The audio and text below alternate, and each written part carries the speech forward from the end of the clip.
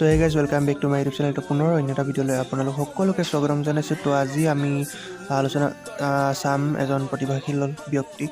তো আহকচোন তেখেতৰ প্ৰতিভাৰ বিষয়ে জানো আৰু তেখেতৰ প্ৰতিভা চাওঁ।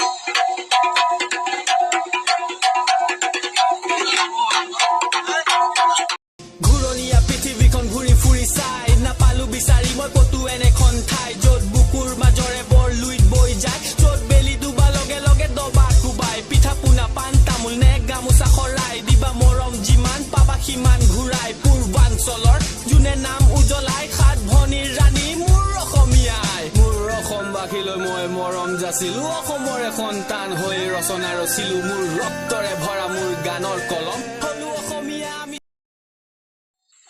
সঁচাকৈ এটি সুন্দৰ প্ৰতিভা আৰু আমাৰ অসমতে যেনেধৰণৰ সুন্দৰ সুন্দৰ প্ৰতিভাৰে প্ৰতিভাৱান ব্যক্তি আছে এয়া আপোনালোকক দেখুৱাবলৈ সক্ষম হৈছোঁ।